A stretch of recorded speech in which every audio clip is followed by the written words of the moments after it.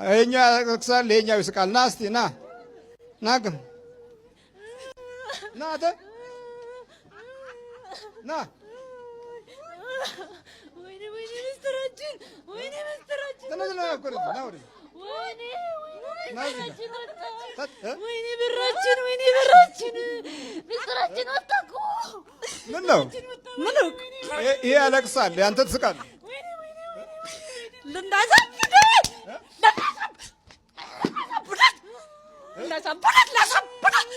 ላሳብዳት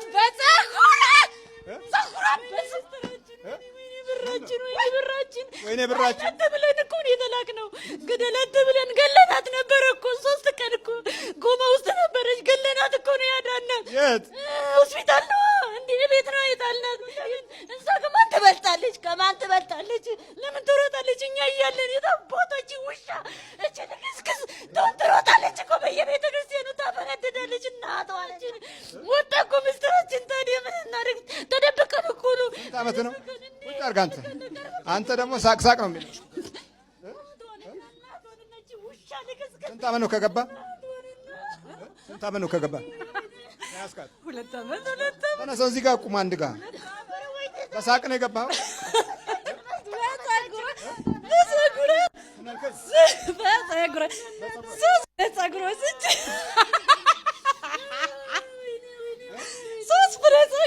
በሶስት ፍሬ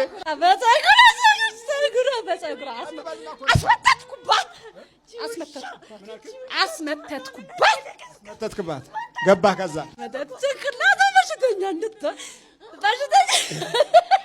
ምነው ትስቃለህ ታዲያ? ስለምስቅሳቅ ስለምወድ ሳቂታ አይናፋር ነኝ። ሳቂታ አይናፋር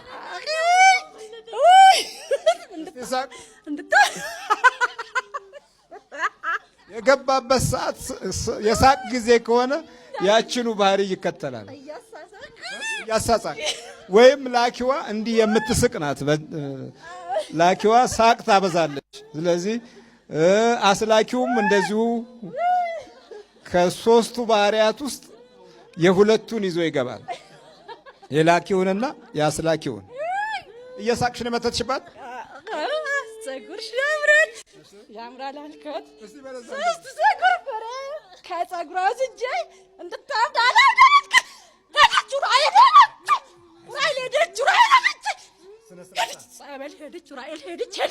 ሄደች። ምንም አልበለችም።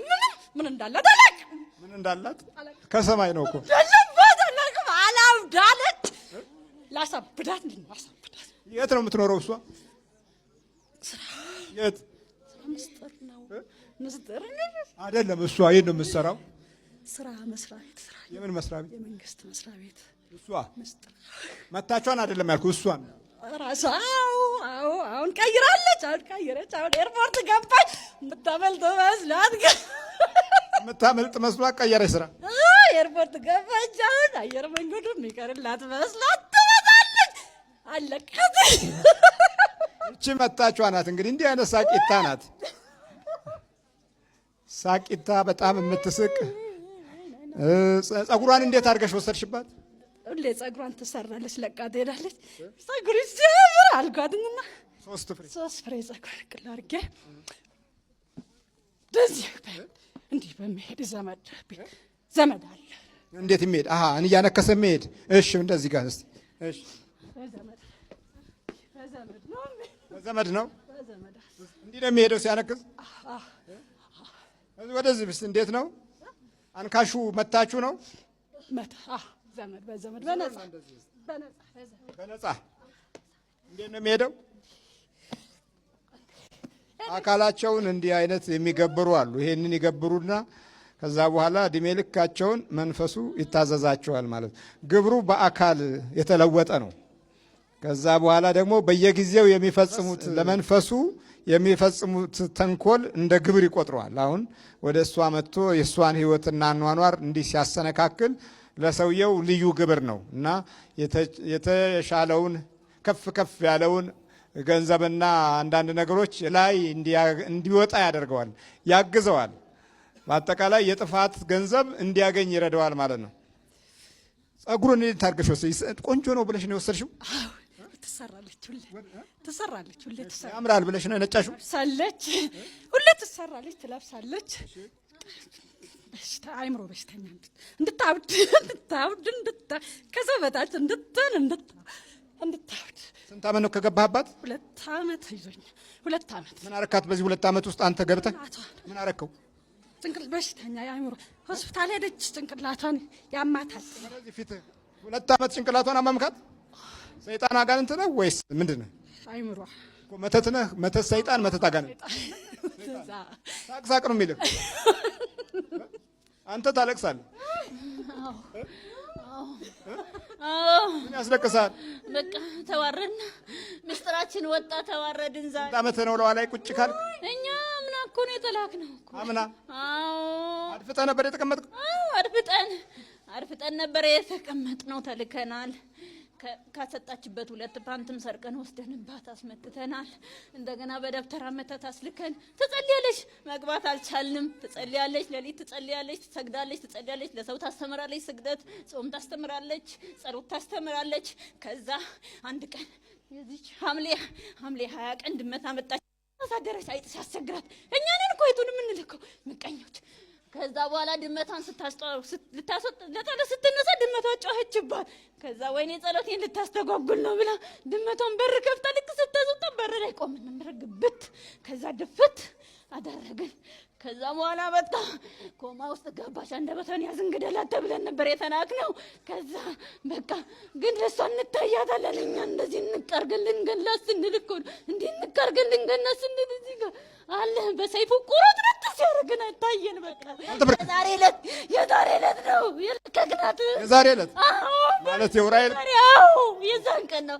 ከዛ ምስጢራችን ወጣ ብለን አንደበቷን ከበት ነው። አንደበቷን ተዘግቶ ነበረ። አንደበቷንም ዘግታችሁት ነበር? አዎ ምስጢራችን ወጣ። ወይኔ በቃ ስራችን ከሸፋልን። የሆነ አመድ ነገር አምጥታ ቀባቻት። አክስቷ ሆስፒታል ቁጭ ብላ ተኝታ ስትቀባት። የት ሆስፒታል ነበረች? ዘውዲት ሆስፒታል አስገባናት። ሪፈር አስበን እዛ አስገባናት። እሷ እኮ በሽታ ያማተርም ራስ ምታት ብቻ ነው አንዳንድ የሚያማት እንጂ ምንም አያውቃትም በሽታ። አንቃችኋት ብቻ ነው? እንካርገን እንደ ጉሮሮን እንግደላት ተብለን ነው የተላክነው። ታዲያ ስራችን ምንድን ነው? ስንት ናችሁ? ስንት ነው? እኛ 2 ነን። ሰይጣን አጋንንት? ሰይጣንም አጋንንትም በሰው ነው የተላካችሁ? አዎ የቤተሰብ መተትም አለን ደግሞ። ትምህርት በቃ ሁሉም ተዘጋጅ። ሁሉም ውጣ። ስንት ናችሁ ጠቅላላ? ልቧ ላይ ነን ያለ። ተዘጋጅ አንተ እዚህ ጋር ውጣ ተብሏል። ውጣ። በኢየሱስ ክርስቶስ ስም፣ በኢየሱስ ክርስቶስ፣ በስላሴ ስም፣ በወላዲተ አምላክ ስም፣ በቅዱስ ሚካኤል ስም፣ በቅዱስ ኡራኤል ስም ወደ ሲኦል እንገባለን። ቶሎ 7 ጮህ ነውጣ። እግዚአብሔር ይገስጽ።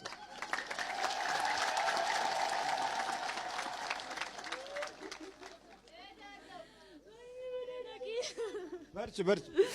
ወይኔ አባ አሞሽ ነበር? ዳንኩታው አሞኝ እኮ ዘውዲቱ ሆስፒታል ተኝቼ ነበረ። ምን በር ከፍተሽ ስትወጪ ነው ድንገት ያነቀሽ? እኔ ሌሊት በ20 ላይ ድመት አመጣውኝና ቤት አሳደርኩኝ። ከዛ ልክ 9 ሰዓት አካባቢ የተነሳውኝና መብራቱን ስታይ ድመቷ አለቀስ እንትጮኸች።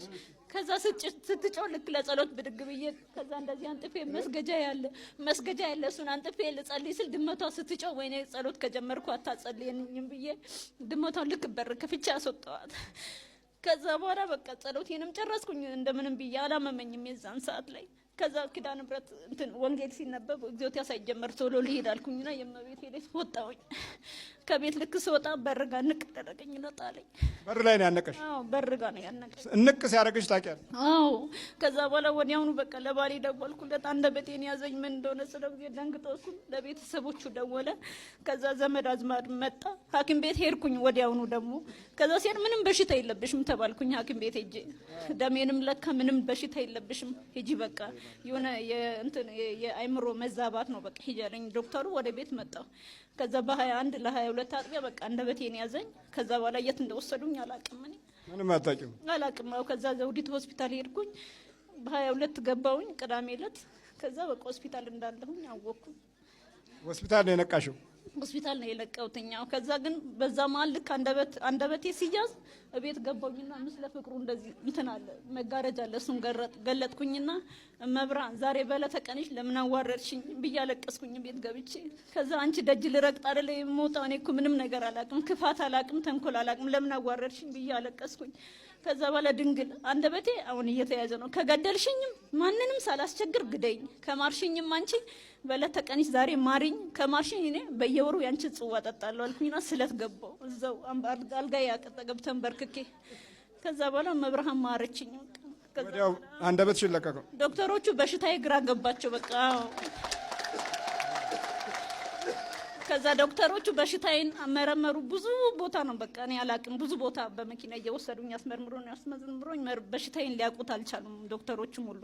እንደገና ውጭ ሀገር ደምሽ ይሄድ ተባለና እንደገና ውጭ ሀገር ደሜ ሄደ ልመረመር ህንድ ሀገር።